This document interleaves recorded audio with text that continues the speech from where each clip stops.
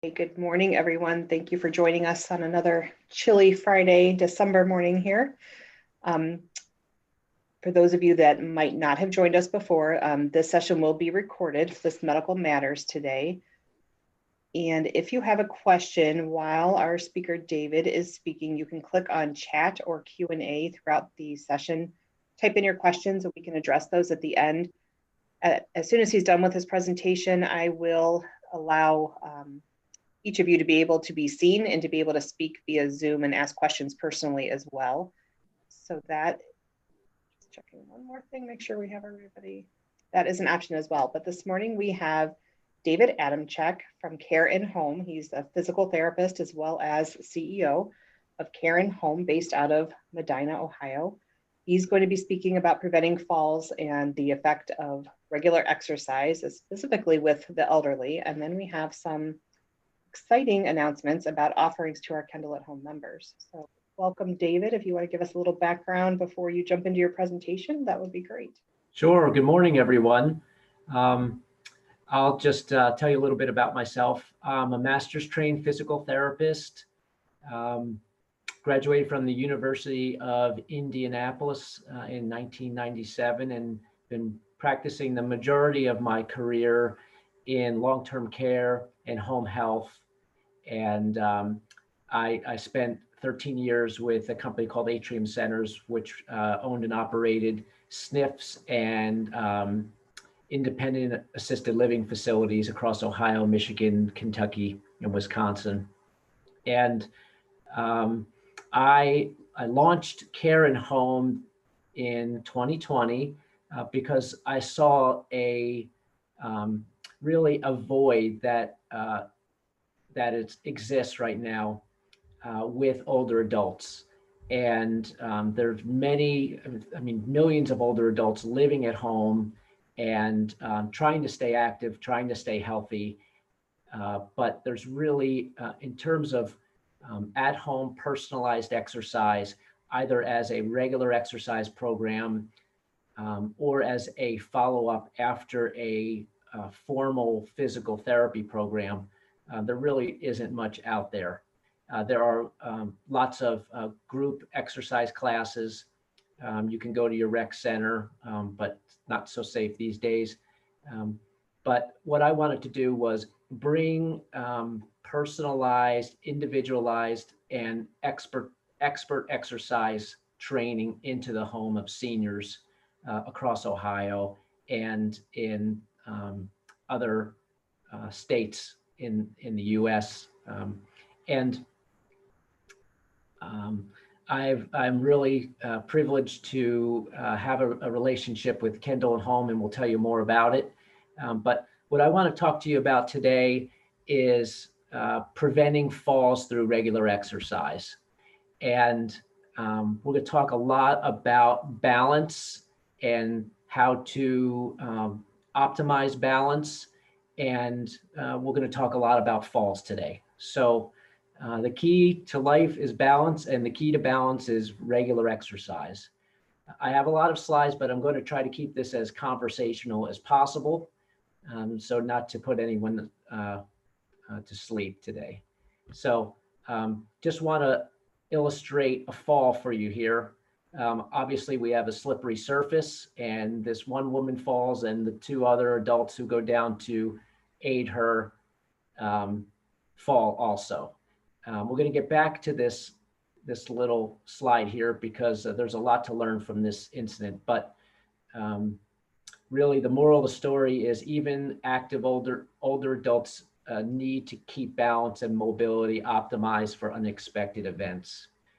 Falling is a very big problem with older adults. There's lots of statistics out there. And really, on average, an older adult in the US falls every second. So that's millions of falls every year, millions of emergency department visits, hundreds of thousands of hospitalizations, and even worse. So just some statistics.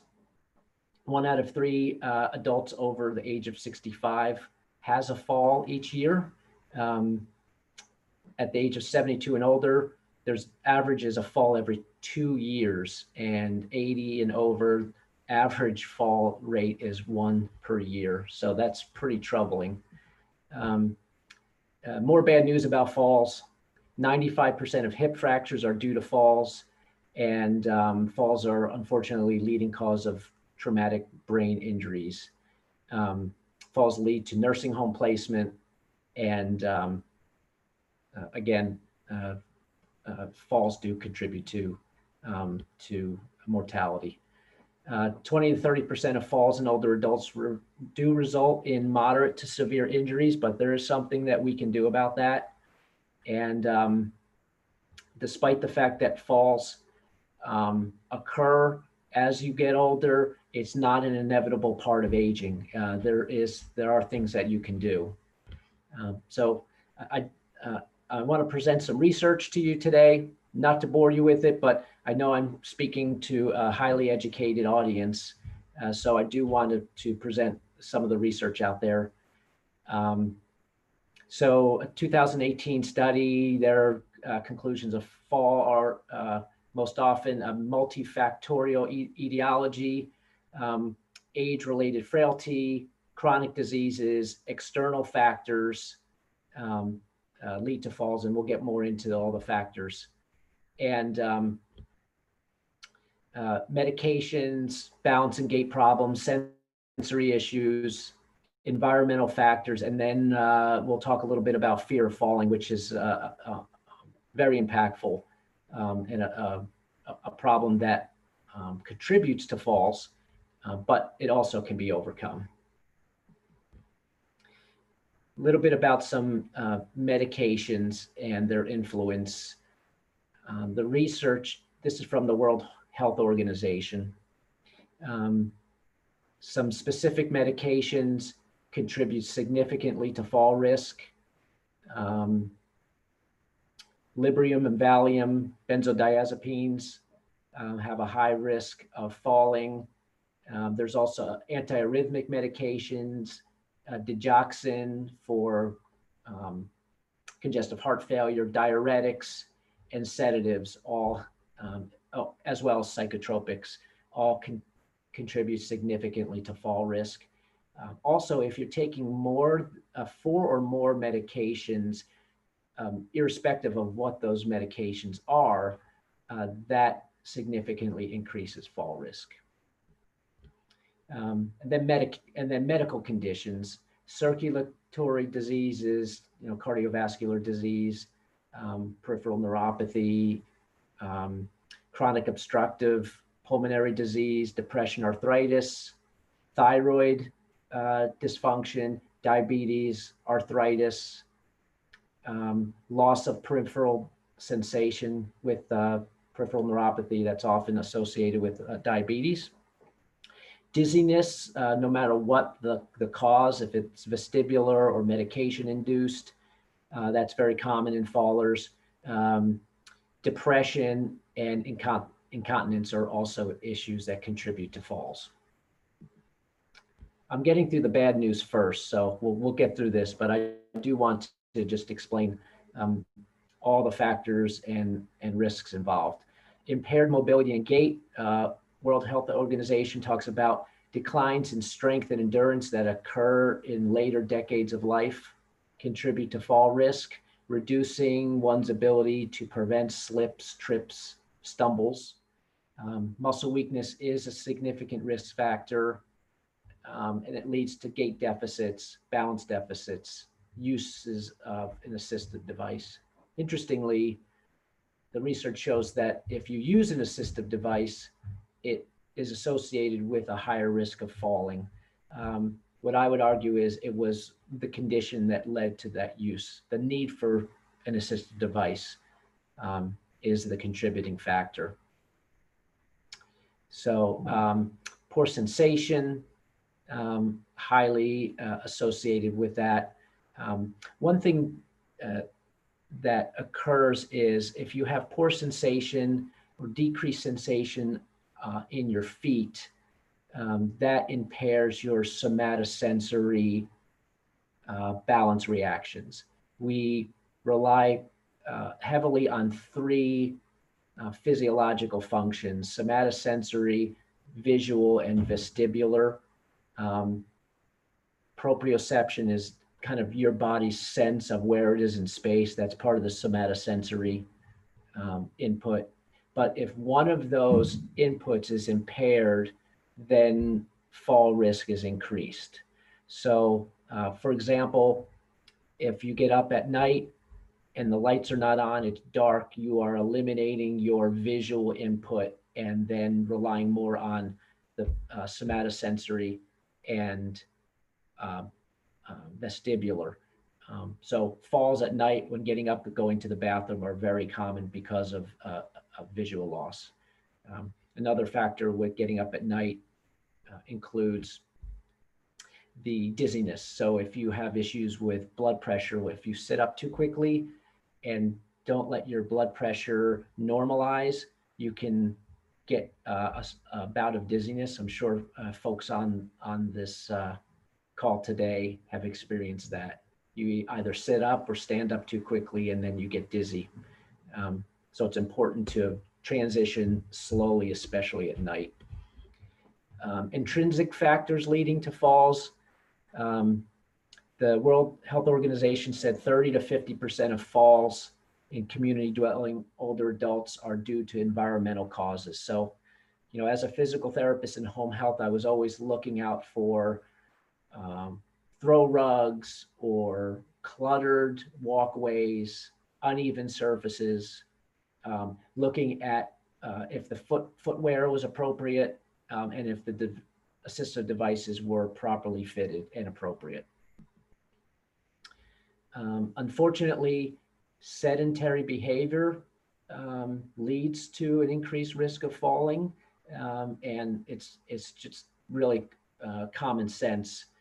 If you are less active, that leads to muscle atrophy and decreased ability to stand up and maintain balance. And it's really an insidious onset. It sneaks up on you. So months or even weeks of sedentary behavior can contribute pretty, it can sneak up on you. In fact, there was a study that showed that folks who maybe were not feeling well due to a health problem, if they became sedentary, there was association with sedentary behavior within 14 days of a fall. So illnesses and the sedentary behavior that occurs with that can significantly increase fall risk. So a little bit about fear of falling. Researchers have shown that if you are afraid that you're going to fall, it actually increases your risk of falling. So individuals can develop a fear of falling whether they've fallen or not. And fear of falling is defined as a lasting concern about falling, and it can lead to a person to avoid activities. So if you have a fear of falling, you will naturally avoid activities that are going to require you to be mobile. And that leads to decreased socialization. It leads to physical decline. It can lead to depression, feelings of helplessness, and unfortunately falls. The World Health Organization also reported that 70% of recent fallers and up to 40% of those who had not had a recent fall do acknowledge that they have a fear of falling. So again, this is a significant factor in falling, but the good news is that something can be done about it. So a regular balance-focused exercise program can significantly reduce your risk of falling. Think she has a fear of falling? So now some of the good news. Exercise does have a positive impact on fall risk, and exercise as a single intervention significantly reduces fall risk in what we say community dwelling, folks who live at home or in an apartment. So despite all the factors that I just outlined to you, exercise as a single intervention, if nothing else has changed, can significantly reduce your risk of falling. The research shows that the exercise programs have to challenge balance, and the higher dose or more frequent exercise has more effects than lower frequent exercise. So there's a 2013 study that concluded that exercise programs designed to prevent falls in older adults also seem to prevent the injuries associated with those falls. So there's kind of a double benefit to doing balance and strength training. One, it reduces your risk of falling by improving your balance reactions. And if you happen to fall, the risk of a serious injury is reduced. So that's very, very exciting news. So improved generalized strength, core and upper extremities and lower extremities, and balance reactions can reduce the significance of falls. So I'm going to go back to this little unfortunate event. As you could see, the first woman slips. She is a weaker individual than the other two. And you could see when she falls, her head hits the ground pretty hard. Sometimes falls are unavoidable. But if you have better core strength like these other two individuals, you can reduce the risk of serious injury. So as you see these two fall, they do not hit their heads on the ice. So they might have a sore bum, but the poor woman that fell first hit her head pretty significantly. So there's risk of a traumatic brain injury or fracture with that fall. So there's actually good news in this unfortunate event that if you do exercise regularly and happen to have a fall that's unavoidable, you can reduce your risk of serious injury. So the research shows that the greatest relative effects of exercise on falls were seen in programs that combined a higher total dose of exercise and exercises that challenged balance. For example, exercises that involved a narrow base of support, feet together, tandem positions, single leg positions, and also movements that practice control of your center of mass. So again, just to pound this home here, exercise to reduce risk of falls need to challenge balance. They need to include strength training. More frequent exercise is more impactful. And the research showed that walking is very beneficial for health in many ways, but the study showed that walking alone did not have a significant impact on fall risk. So I certainly don't want to encourage folks to not walk because it is very important for cardiovascular health and health of every organ system. But walking alone was not shown to significantly impact fall risk as the other types of exercises.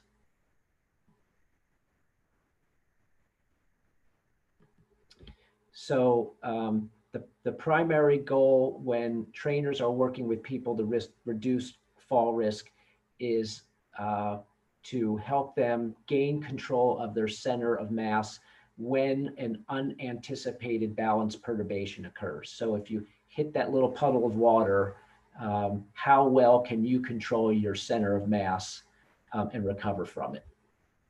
So I'm going to get into a little bit about the physiology of controlling your center of mass or center of gravity.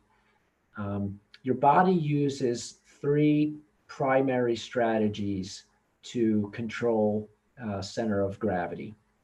Ankle strategy, hip strategy, and stepping strategy. Here's just a little stick figure illustration of the three strategies. So figure A here is an ankle strategy. And as you can see at the bottom of the picture there, what we would call the fulcrum of movement occurs at the ankle. The hip strategy is occurring what we would say more proximally or towards the center of the body. The recovery movement starts at the hips. And then figure C is the stepping strategy, where instead of the feet being planted and you recover, you're actually taking a step to recover your balance. So this is an illustration of ankle strategy. And this typically occurs, you may not even be thinking about this when it occurs. It's very small balance perturbations.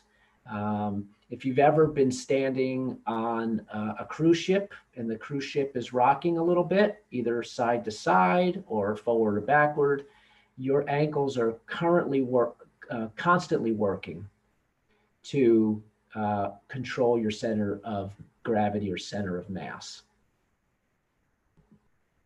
And when using an ankle strategy, your head, hips, and ankle all move in the same direction. You're not really using your vestibular system. You probably, your vestibular system or inner ear system will probably not detect the movements when you're using your ankle strategy. This really is commonly used if you're just standing in place and having a conversation with someone. You would feel kind of a change in pressure between your heels and your toes, kind of working unconsciously to maintain your balance. Next is the hip strategy. And this occurs when the perturbation is larger and faster. Again, the recovery, the muscle activity occurs more proximately towards the center of the body. The hips are the first to move and to take action. In this case, your vestibular system is sensing the movement and contributing to your balance reaction.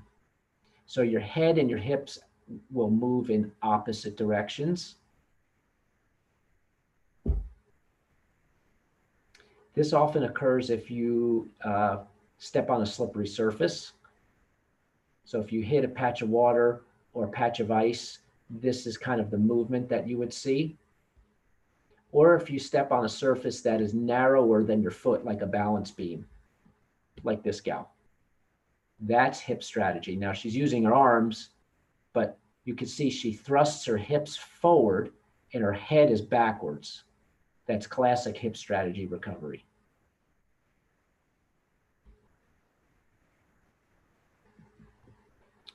Next is the stepping strategy. Also, the perturbations are larger and faster. This might occur, let's say, if someone bumps into you from behind and pushes your center of mass forward. So the natural response would be to take a step. Your reaction is in the same direction of the force that's occurring. So if you are, let's say, sidestepping to play basketball with one of your grandkids and they move to the side, you move to the side, you are taking quick steps as a stepping strategy to maintain your balance and stay upright as you move laterally. Or if someone again bumps into you from behind and pushes you forward, you would take a step. And this also is detected in your vestibular system. Here's a gal that is doing an exercise to improve her lateral stepping strategy. And here is an illustration next of an adult whose stepping strategy is insufficient for balance recovery. And I think the moral of the story of this one is don't play basketball with your grandson. But this woman needed to step to her right, and she just could not get her right foot off the ground, and she loses her balance. That is an example of a failed stepping strategy, kind of real life application. Okay, again, the good news is you can do something about preventing falls, and a single intervention, regular exercise, can significantly reduce your fall risk. I would recommend that you don't go it alone and work with a professional who is trained to work with you within your own personal abilities. So it's important. It's never too early and never too late to start an exercise program. And Care and Home provides certified personal trainers in the home to work one-on-one with individuals. So some examples of exercises that we use to prevent falls: weight shifting, single leg balance, step ups or foot taps, doing some head rotation or body rotation for vestibular training, marching in place, practicing sit to stands and sidestepping. All these can be done with eyes open and eyes closed to change the different sensory inputs.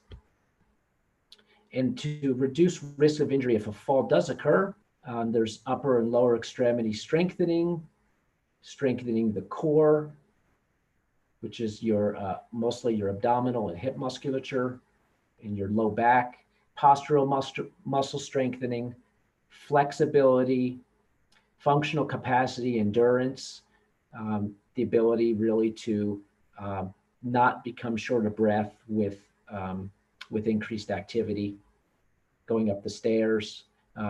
If you do become fatigued, that increases your likelihood of falling because you have a decreased risk to ability to respond. Your balance reactions are impaired when you are fatigued.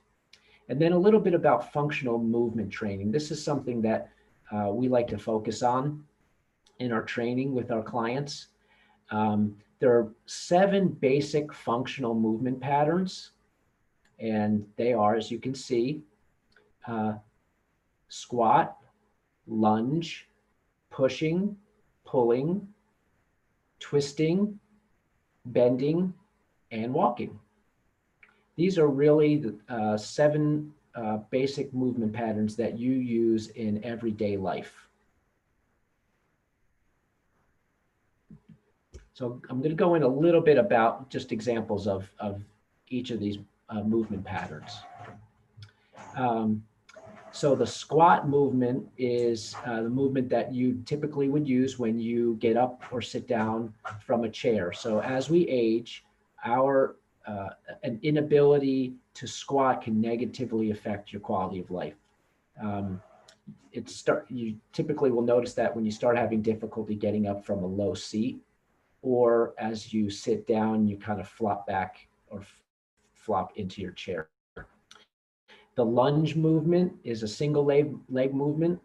You see this a lot in athletics, but it's also used in everyday life. Like if you're going to step forward and lean forward to tie your shoe, or getting up, let's say you're gardening and then you place a foot up and you're lifting yourself and getting up off the ground. Movement pattern 3 is pushing. So when you get yourself out of bed and push up, or if you are lifting a heavy object and putting it into, let's say, onto a shelf or cabinet, pushing the vacuum, pushing movements are very common in everyday life. And opposite of pushing is pulling. And of course, we do that all the time. Let's say you reach up and pull down. You pull down a branch to grab an apple, starting the lawnmower, vacuuming again. Um, Obviously, pulling and having the strength to pull is very important. And then the last three, twisting. For example, if you are turning backward to look out your back window as you back up your car. And twisting movements are very common in every other movement, like lunging, pushing, and pulling movements. Bend or hinge. This is when you bend down to pick an object off the floor, or you're making pasta and you fill up the pot of water and you bend forward and lift that pot of water out of the sink. We therapists and trainers prefer to use a hinge movement, which reduces the input of the spine in that lift and relies on the hips, your glutes and your hamstrings to generate the force to do that bending and to recover from the bend. And then of course, gait, number 7, and we do that every day. Other types of areas that we focus on, we integrate Otago exercises into our training. And Otago exercises were put together by a team at the University of New Zealand. And there were 4 separate studies initially that looked at the impact of Otago exercises on balance and fall risk in older adults. So there are 15 specific exercise movements with the Otago program. They focus on components such as posture, spinal mobility, hip and core stability, leg strengthening, and balance training. So the research study showed that the experimental group had falls reduced by 30 to 66% compared to the controls who were not doing Otago exercises.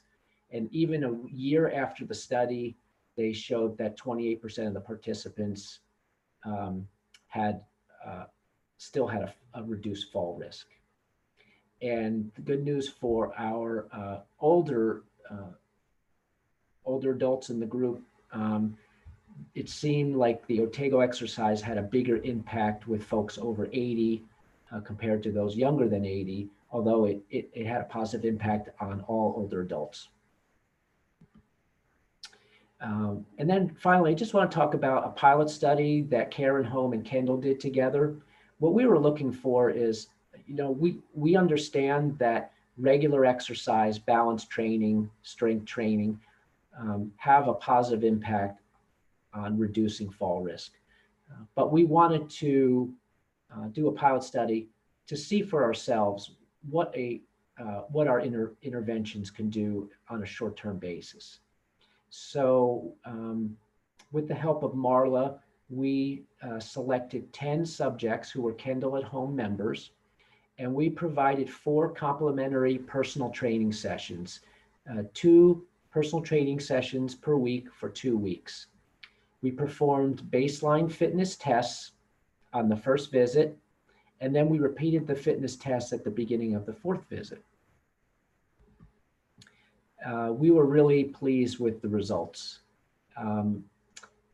These tests are closely associated with risk of falling. So we wanted to look at these and see what kind of impact we would have, even with just 4 visits. The timed up and go test, we had a 19% average improvement. 30-second sit to stand, we had a 32% average improvement.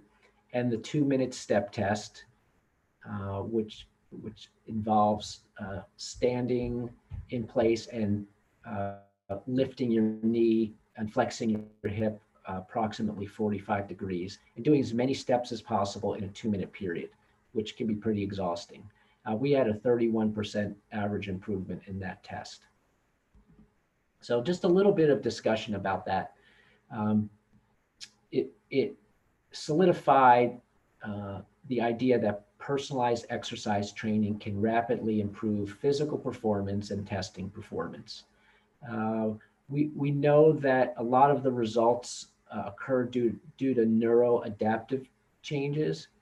So you're not going to get, in 2 weeks, you're not going to get a lot of actual muscle development and muscle growth needed for long-term strength.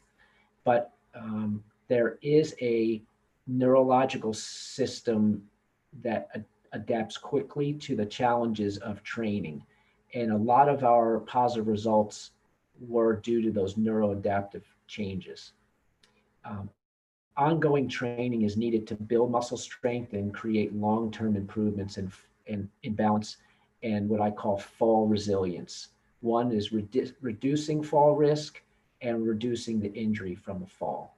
So while we were encouraged by the results of, of the pilot study, truly those benefits are uh, are turned into long-term results with ongoing regular exercise. So I usually say the take-home message, but since we're all at home, we'll call it the at-home message. Uh, the at-home message, I would say there's two of them. One, exercise as a single intervention significantly reduces falls in community dwelling older folks, and exercise programs that challenge balance and are of a higher dose, a higher frequency, have larger effects. And secondly, improved generalized strength, core and extremities, and balance reactions can reduce the severity of injuries if a fall does occur. So I'd just like to say, whether you are a regular exerciser now or you've fallen off the wagon, it's never too early or never too late to start an exercise program. It's important to exercise regularly for lifelong wellness. And fall prevention is just one of the many benefits to regular exercise. Thank you so much, David. If you want to stop sharing your screen, I can allow us to view our participants and perhaps answer questions that they may have. But before I do that, I just want to point out a couple things. One, if you have not already seen Kendal at Home in our commitment to providing wellness and independence in our members with the goal of keeping you in your homes throughout your lifetime, has really tried to beef up our wellness initiative. So we do have twice a month our Movement Monday classes that we're offering, and those are run by Chris, who is one of our care coordinators, but is also an exercise physiologist by training. So those are two opportunities each month on the first and third Monday of the month to participate in some virtual exercise programming. We also have Terry, who's another care coordinator of ours, just got certified in an exercise class called Balloflex, and it is exercise to music, and she will begin once a month offering those courses as well. And then shortly, likely in January, possibly in February, we'll also begin offering yoga classes once a month.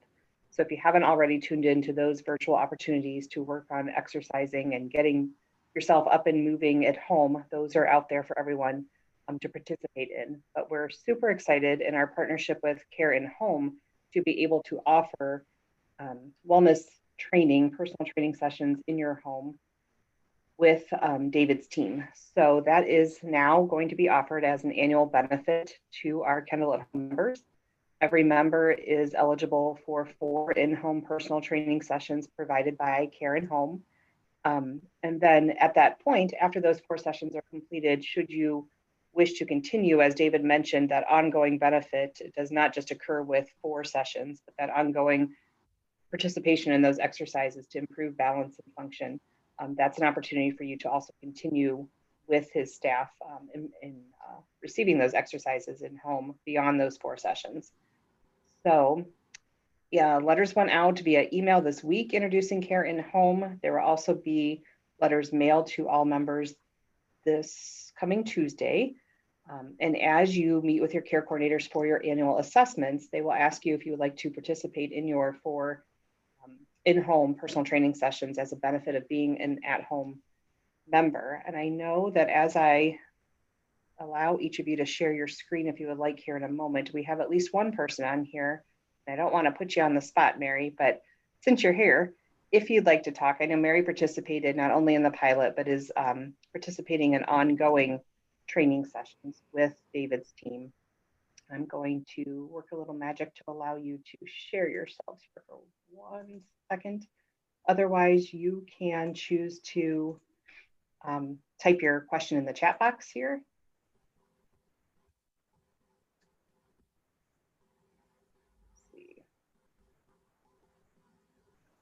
I can't talk and do this at the same time, so give me just a second.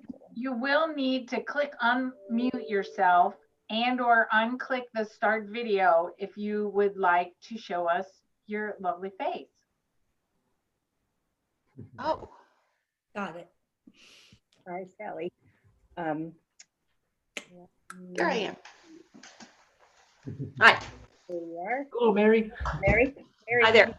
I don't mean to put you on the spot, sorry, but since you're here, would you mind just giving a little bit about your experience during the pilot and what maybe made you decide to continue on with the training sessions? Well, I thought it was so beneficial that I have signed up to continue it. I can't say enough good things about the trainer who worked with me. Alexis was so knowledgeable. For example, I have a weak gluteus medius muscle in my right hip, and she knew immediately what would be appropriate work to do together to not just strengthen that muscle, but the ones on the other side of my other hip. And you know, I'm a person who really hates exercise. If I can't read while I'm doing something, I'm not interested in doing it. For example, I have a stationary bike, and the only reason I use it is that I read the New York Times every morning on the bike. So to have me say such positive things about exercise is very unusual. It's also good for this part of your body too. And I would say that I guess everybody knows that old people have to maintain social interaction and avoid isolation, which is really tricky these days. And so I would say that each of those sessions was a really great social interaction for me. And I'd be happy to answer any questions anyone might have about my personal experience. It was just first rate. I'm absolutely delighted to have been chosen to be in the pilot program, and I'm so thrilled that I can continue with Alexis. So there you are. Thank you so much, Mary. Thank you, Mary. You know, one question people have brought up as we kind of approached people about participating in the pilot was the fear of having people in your home during COVID. And of course, you know, I'm sorry. Did you want to say something, Mary? I want to speak to that. Oh, okay. Because, well,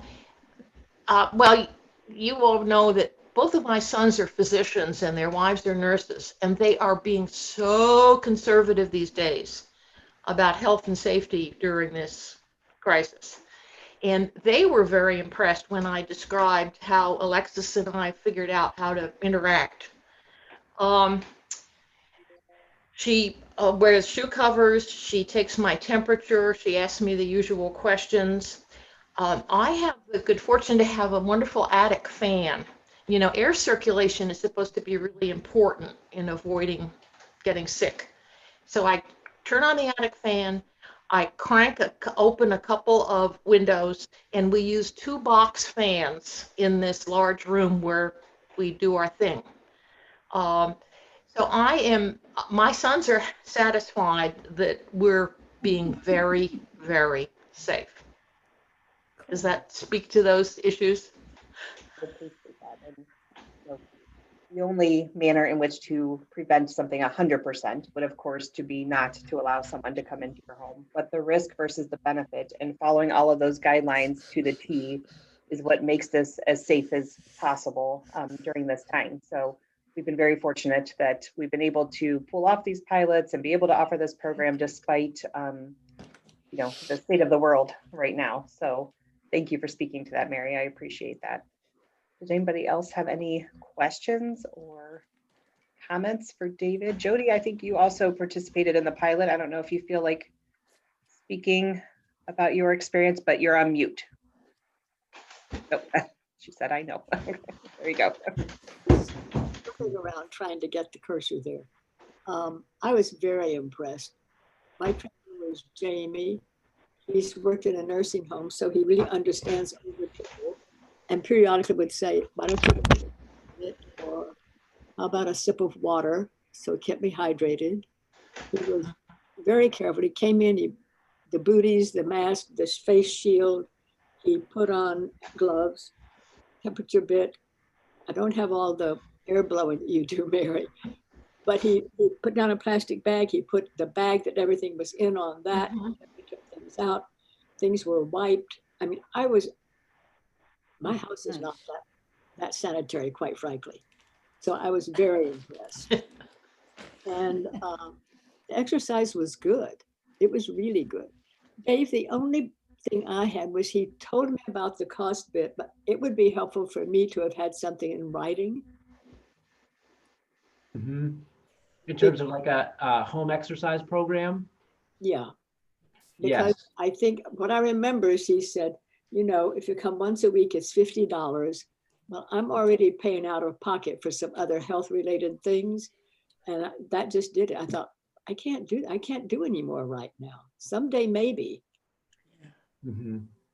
But for me right this moment, because I'm paying for some chiropractic care and I'm working with a physician who really works with nature to keep one healthy, not pharmaceuticals, and all of that's out of pocket. So there's a limit to what I can do. And the truth is, I taught an exercise class. I know how to do this. Do I do it? No. So to have someone there, I mean, if I had even had another human being to come in and we'd do it together, it would help. We really are social creatures, and I miss that terribly.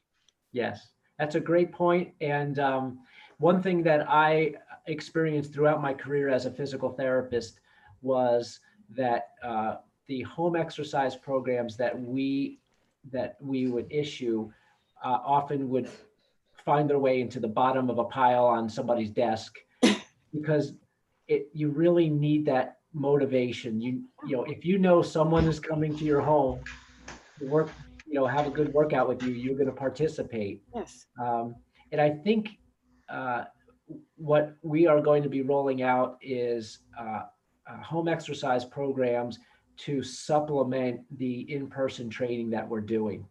Because the research shows that the higher dose is more effective, even if we're coming twice a week, we would really like our clients to have to be doing supplemental exercises, maybe ones that aren't so challenging and maybe are much safer to do on your own, like standing at the sink and doing some exercises where you can hold on to a steady surface.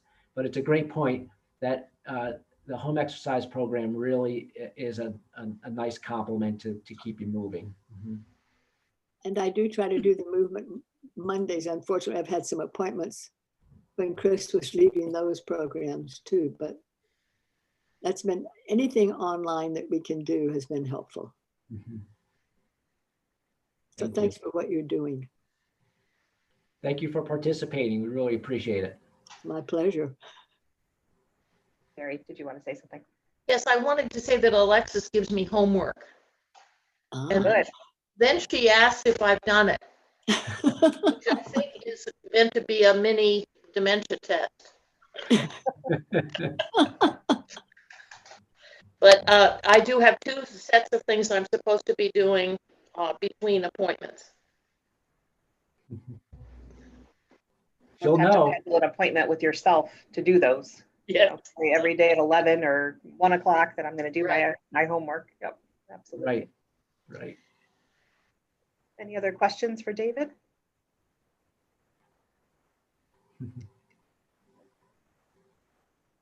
Scott, are you asking a question? You're muted.